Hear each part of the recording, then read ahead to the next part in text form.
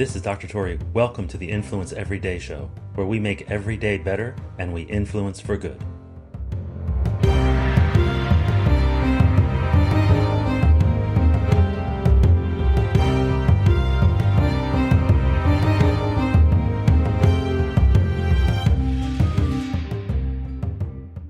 What if I told you you could level up your performance in virtual meetings by wearing cologne or perfume? This is Dr. Tori. Welcome to another episode of the Influence Everyday podcast. Today, I want to talk to you about a study. Although it was a while ago and there were some limitations to the study, it was actually pretty well designed. But in this study, 200 women were asked to rate men on their attractiveness. The men were rated when they were wearing cologne and they were rated when they were not wearing cologne. And it turns out that they were rated as more attractive while wearing cologne.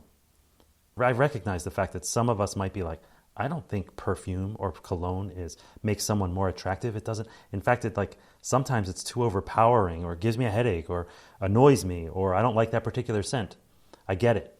But here's the thing. Those men were on video. The cologne couldn't even be detected by the women. So what's the result here? The men were affected by the cologne. Their response to how they felt about themselves made them more attractive.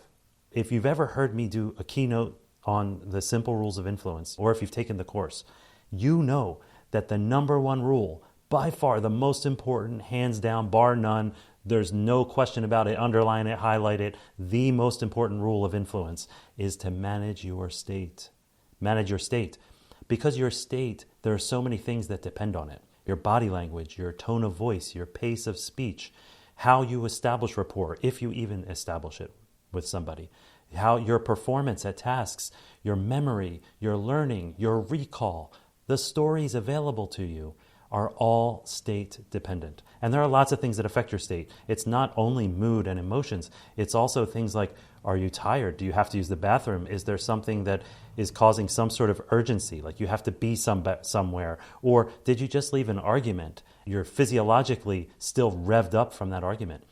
All of these things are aspects of your state, and your state affects your performance in pretty much everything, and especially in human communication. Managing your state becomes something that is absolutely vital. Now, let me tell you about a commercial that aired in 1975.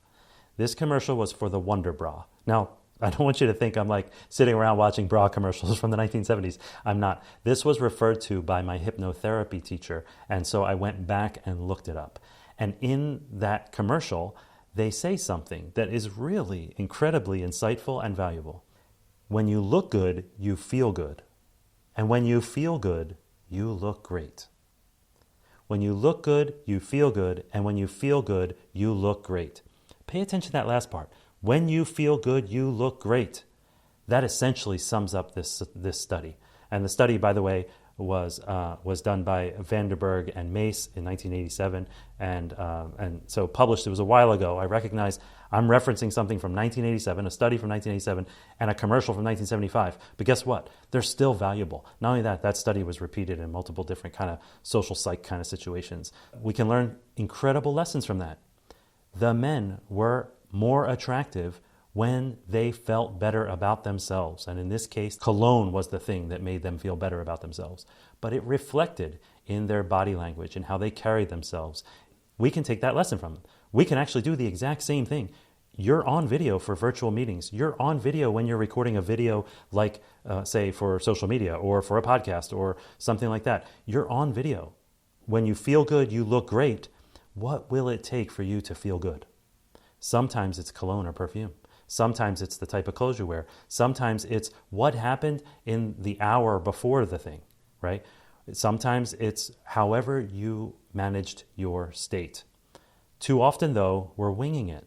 We're just going in like, I actually test this cologne theory, and I actually find that I think I perform better. I'm not trying to be more attractive to people in the meeting at work or whatever, right? But I literally have cologne that I have right next to my workstation, and I put it on before I log into a meeting.